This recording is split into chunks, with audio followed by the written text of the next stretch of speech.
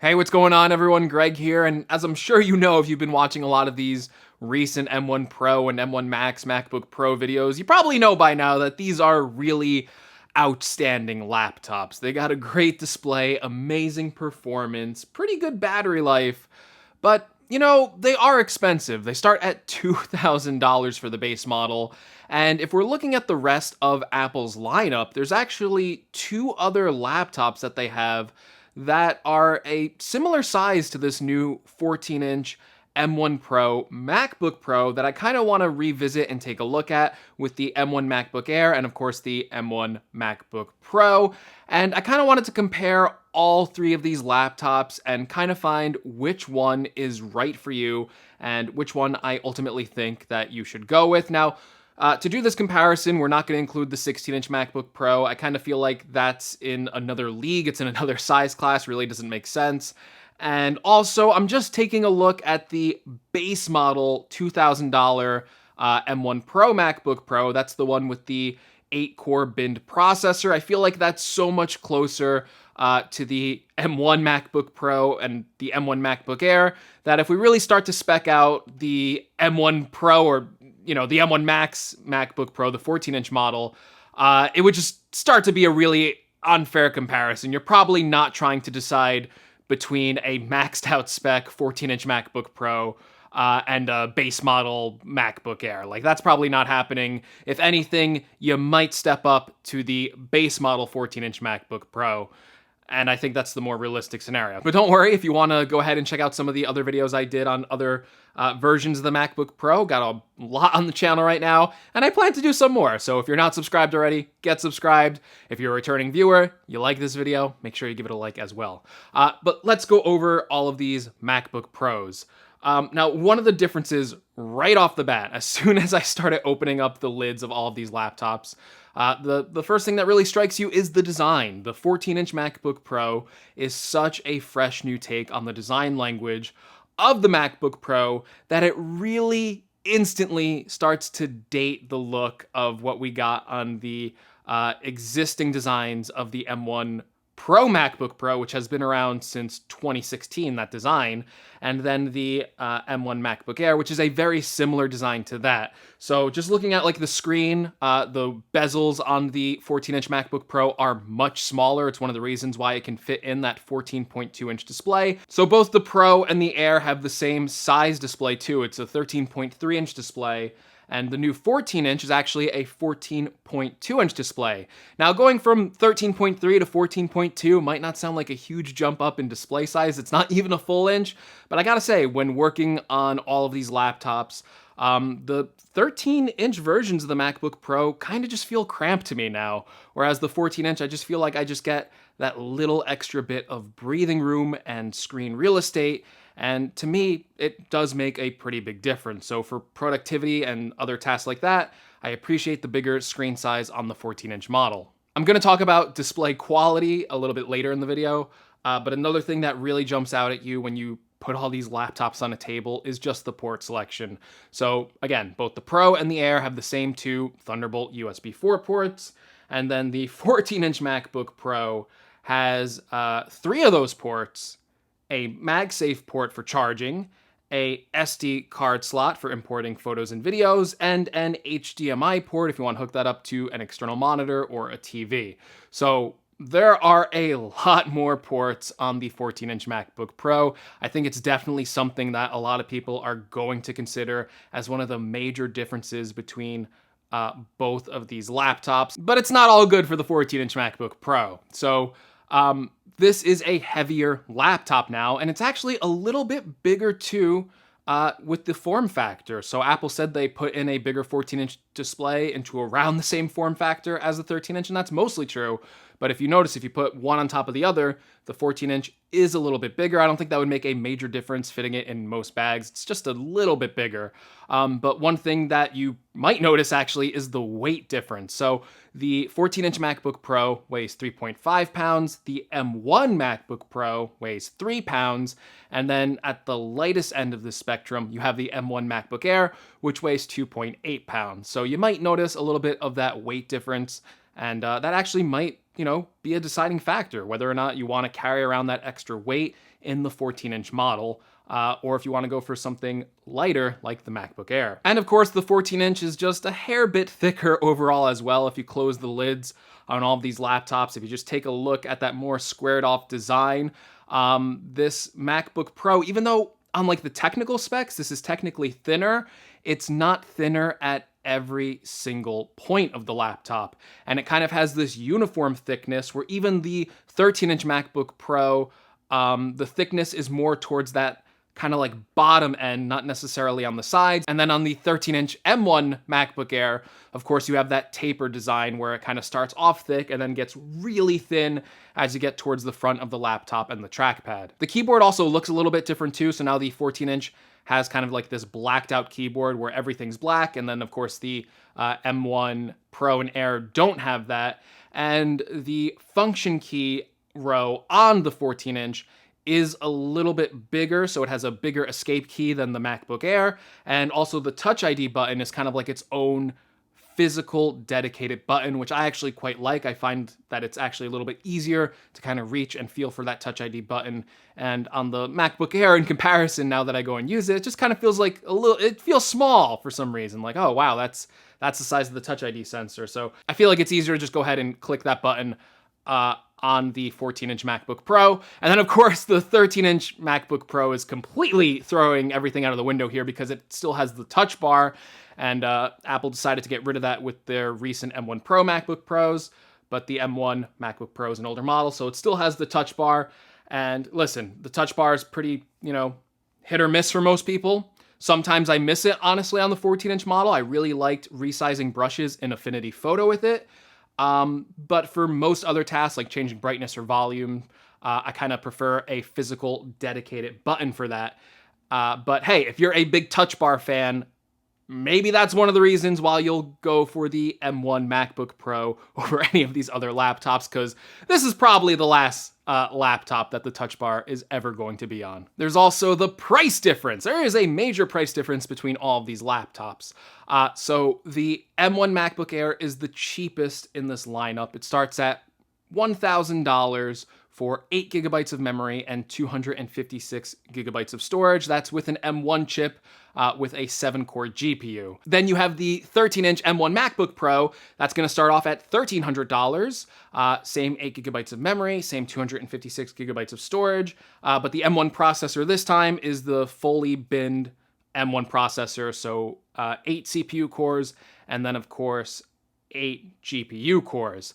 The 14-inch MacBook Pro, it's really the most expensive out of this lineup, but there are benefits for paying this higher price, and we're going to kind of break this down. So the 14-inch MacBook Pro starts at $2,000. However, it does start with double the storage, so that's 512 gigabytes of storage, and it also starts with double the memory, so it comes with 16 gigabytes of memory as standard. Now, this MacBook Pro also says it comes with an 8-core CPU, but it's not the same CPU that's found on the M1 MacBook Pro. This is an M1 Pro CPU, and the difference here is that there's actually 6 high-performance cores in the 14-inch model, whereas with the M1 MacBook Pro and the M1 MacBook Air, those only have 4 of those high-performance cores and then 4 energy-efficient cores. So the 14-inch MacBook Pro is more performant, right? It gets 6 of those high-performance cores and then 2 of those energy-efficient cores. And then the M1 MacBook Pro and M1 MacBook Air is losing out on those 2 extra performance cores. So, spoiler alert, there's probably going to be a difference in multi-core performance between the 14-inch and the 13-inch models. Now listen, if you want to save money and get like a base model and you're like a really light user, you only need 8 gigabytes of memory, you're only going to use 256 gigabytes of storage, that $1,000 M1 MacBook Air, it's just a good value, right? But let's be a little bit more fair to the 14-inch MacBook Pro here, because again, like I mentioned, it has higher storage tiers and memory tiers to start with. So if you were to fairly spec out the M1 MacBook Pro and the M1 MacBook Air, let's say you need it more storage, let's say you want it more memory, well, you'd be getting a lot closer to that 14-inch price point. So if you wanted to get a MacBook Air with the same exact specifications, you would actually be spending $1,400 for that machine. And if you wanted to get the M1 MacBook Pro with the same 16 gigabytes of memory and 512 gigabyte SSD, you would be paying $1,699, which is a $300 difference to that 14-inch model. It gets us a lot closer in price to that model. But, you know, again, being fair to these other models, you can make the decision for yourself. You don't have to get 16 gigabytes of memory if you don't need it, and you don't have to get a bigger solid state drive if you don't need it as well, or you could choose to spend that extra money on other things. There's also a difference in webcam. So both the M1 MacBook Pro and the MacBook Air are going to come with the same 720p webcam, but the 14-inch actually gets an upgrade here to a 1080p webcam. Here is a webcam test on all of them. I'll let you be the judge of which one has the better quality or if this increase in quality is worth it to you. Okay, this is a test recording on the M1 MacBook Pro webcam. Okay, this is a test recording on the 14-inch MacBook Pro's 1080p webcam. Okay, and finally, this is a test recording on the MacBook Air's webcam. Okay, we scratched the surface on what's probably the most obvious and most outwardly facing differences between all of these laptops, but let's dig a little bit deeper and talk about performance and then some of the more major differences between these laptops. So first of all, let's do our standard Geekbench benchmark. That's everyone's favorite benchmark to do a quick little comparison to. And you can really see here that when we're talking about single core performance, the M1 and the M1 Pro chip are pretty much identical in all of these computers, at least for a Geekbench benchmark. So we got a 1746 on the M1 MacBook Pro, a 1749 on the MacBook Air, and a 1769 on the 14-inch MacBook Pro. All these scores are pretty much exactly the same. They're all within the margin of error. But the multi-core performance is where you notice the difference. Now, on the M1 MacBook Air and the M1 MacBook Pro, there really isn't a difference, right? So the M1 MacBook Pro gets 7,738, and the M1 MacBook Air gets 7,706. But on the 14-inch MacBook Pro, here's where you start to notice the difference with those two extra performance cores, because that gets a 10,008 score. This is actually the third time I've ran this benchmark on the 14-inch MacBook Pro, and that is the highest score I've seen so far in multi-core performance. So it's actually breaking that 10,000 barrier in Geekbench. So you're actually still getting very good CPU performance even on this 8-core bin chip. So CPU-wise, that's pretty good for Geekbench, but let's do a more intensive benchmark with Cinebench. So we loaded up Cinebench on all of these MacBooks, and we'll start with the lowest because the MacBook Air got a 6,573, and the M1 MacBook Pro got a 7,797. Now, if you're wondering why there's such a huge score discrepancy between the M1 MacBook Pro and the M1 MacBook Air, if they have the same chip, you have to remember, and I failed to mention this before, is that the M1 MacBook Air does not have a fan in it. So even though they have the same CPU technology, the M1 MacBook Pro is actually able to cool that chip off and stop it from thermally throttling, whereas the M1 Air, it just has to throttle down to properly cool off that laptop. That can be kind of a pro and a con, right? For a pro, it means you'll never hear fan noise on the Air because there's literally no fan inside of it.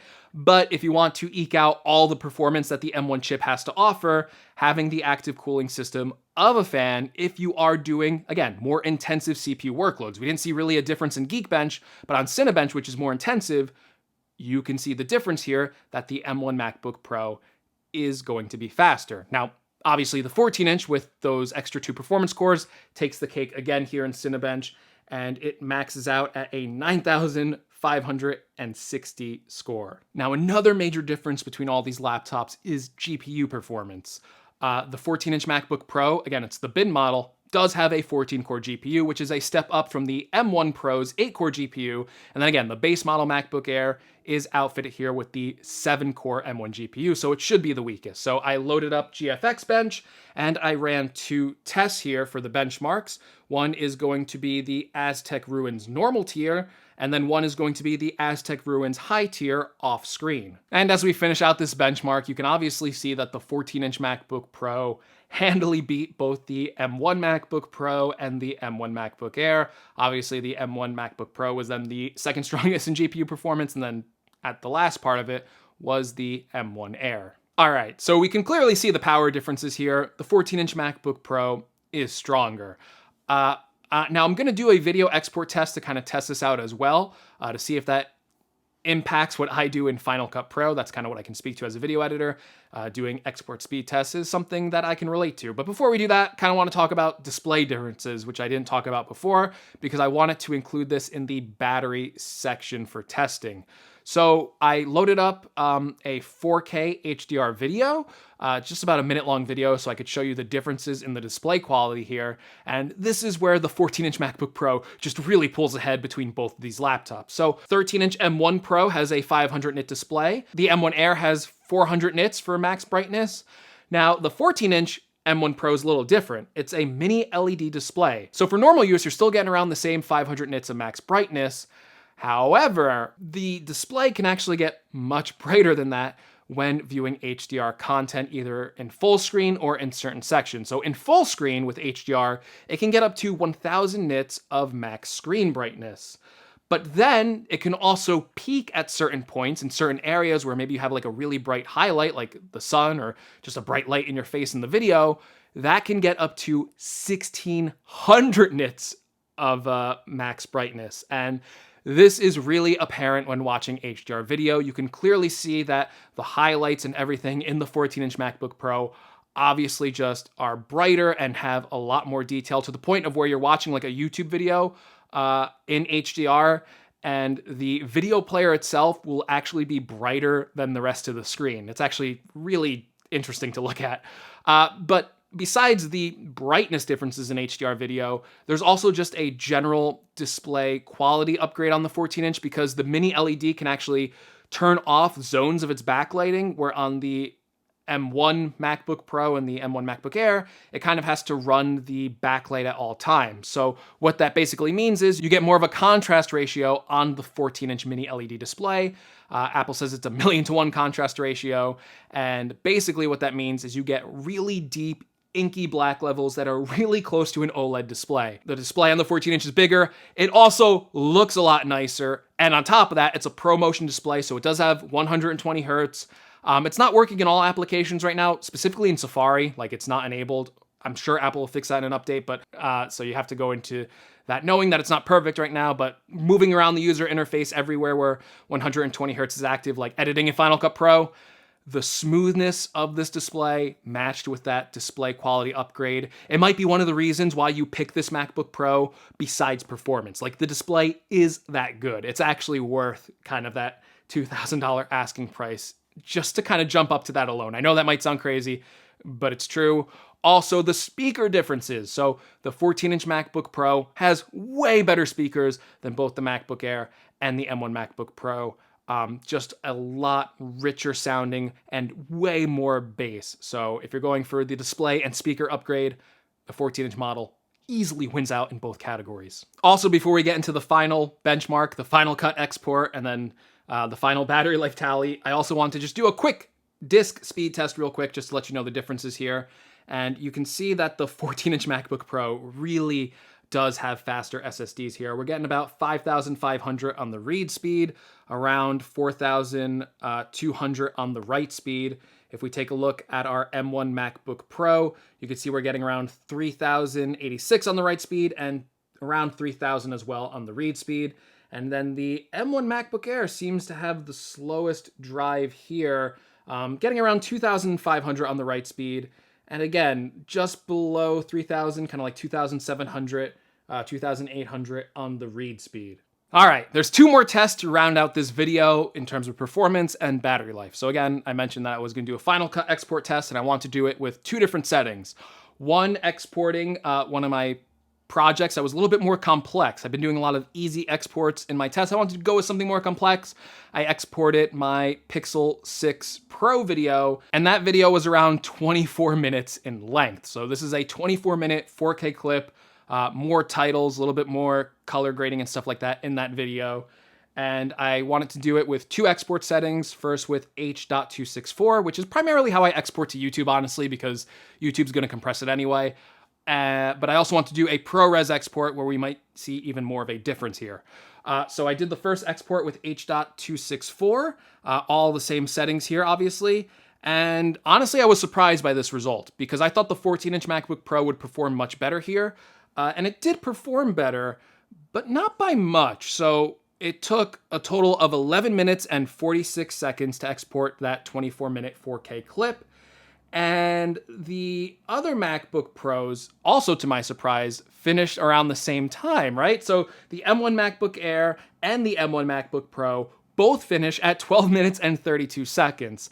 Now, obviously, a lot of the encoding for H.264 is being done, on a dedicated part of the M1 chip. It's not even having to offload to like the CPU and kind of like the GPU parts. So you can really see that the differences even between the 13-inch M1 Pro and the Air are nothing. And then with the 14-inch, it's just a slight improvement.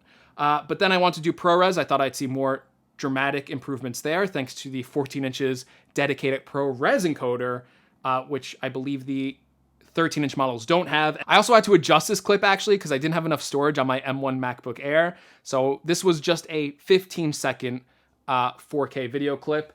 And the export time for the 15-minute 4K video clip with ProRes on the 14-inch was 2 minutes and 55 seconds. That's really fast. On the M1 MacBook Pro, it was 5 minutes and 41 seconds. So you can see there's quite a bit of improvement there. And then this is where you really start to notice the thermal throttling on the M1 MacBook Air, even though it technically has the same CPU power as the M1 MacBook Pro, because that took 10 minutes and 21 seconds to finish that export. So here you're starting to see more benefits to the 14-inch. If you're dealing with ProRes, if you export in that format, again, it's kind of hard to tell what different workflows will be, but 14-inch obviously has a power increase, and then the more intensive those workloads are, you kind of have to account for the cooling system in the 14-inch versus the 13-inch, and then, of course, the lowest end being the MacBook Air. So 14-inch, best improvement, no shock there. I also kind of ran an unscientific battery test through all of this because the M1 MacBook Pro is supposed to have the best battery life, and actually the 14-inch MacBook Pro is supposed to have the worst battery life out of all these laptops. And we've basically been running benchmarks and watching videos on these laptops for about an hour and a half. And yes, the M1 MacBook Pro actually has the best battery life out of all these laptops. It finished with 83% battery life. Now, what I was finding during some of these tests was that the MacBook Air was actually having better battery life than the 14-inch MacBook Pro. However, when we started to get to some of those Final Cut export tests and the MacBook Air was starting to take a longer time, the MacBook Air's battery actually suffered more. So it got 77% remaining battery life by the time we finished these tests.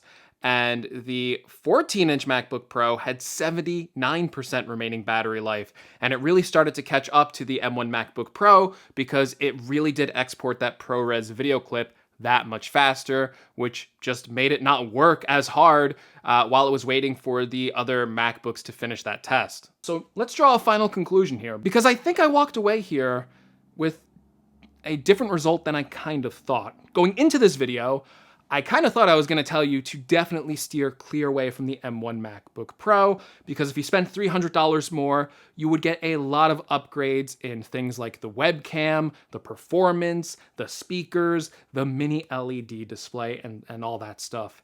And, finishing this video, I still think that, like, if you asked me, like, Greg, what would you choose? With a $300 price difference between the 512 gigabyte MacBook Pro model and the 14-inch MacBook Pro, I would say, yeah, just spend the $300 extra, get the mini LED display. It's so gorgeous to look at. I love it. You get the new design, you get the better speakers, you get the more ports, right? You get so many improvements on the 14-inch model that if you are getting a similarly spec'd M1 MacBook Pro, I would say just spend the $300 extra and get that machine. However, if you are getting that base model and you don't even care about those things and all you care about is maximum battery life, because that is such an important thing for consumers, you know, I gotta say the M1 MacBook Pro, even though again, I personally wouldn't pick it, I would want all the extra things you get with the 14-inch, even if it means a sacrifice in battery life. There are certain people who are going to look at that M1 MacBook Pro, look at the performance gains you get over it from the M1 MacBook Air and go, that's good enough for me. And also, hey, look, I get better battery life out of it too. And it's thinner and lighter than the 14-inch model. So I'm going to go for that one.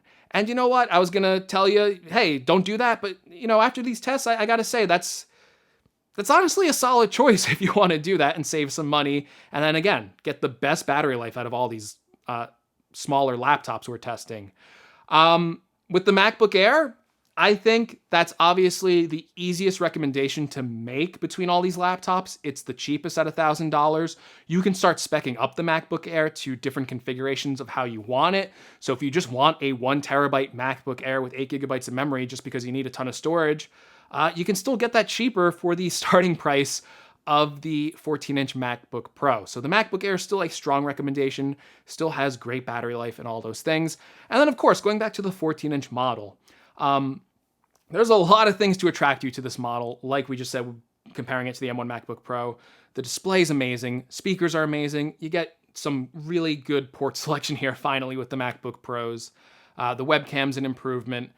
And again, that mini LED display, I feel like is worth the entry price alone, but you are getting better performance out of this machine and a better starting configuration. Don't forget, this doesn't come with a 256 gigabyte drive and 8 gigabytes of memory as standard. It comes with 512 and 16 gigabytes of memory. So overall, going to be a smoother machine to run.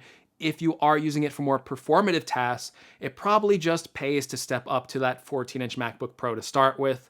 And hey, you know, I didn't want to compare other Mac specs of the 14-inch model, but if you got to the end of this video and you're like, I want even more power, well, the 14-inch model, obviously you can max that out to even more power. You get the full M1 Max chip in there and everything. So yeah, this video doesn't have a clear winner, right? Like you can make a different choice depending on all the information I give you, and I think it's all valid. Sometimes in videos there is a winner, in this video there isn't, and I really wasn't expecting that. I really was going into this video thinking I wouldn't recommend the 13-inch M1 MacBook Pro, but it surprised me here. But they're all great laptop choices depending on your needs and what features are important to you. So you got to help me out here now. You have to help me out here if you actually made it to the end of this video, because this is long. Let me know in the comments below what MacBook you think is the best out of all these smaller options and which one you would choose. And also let me know what specs you would go with.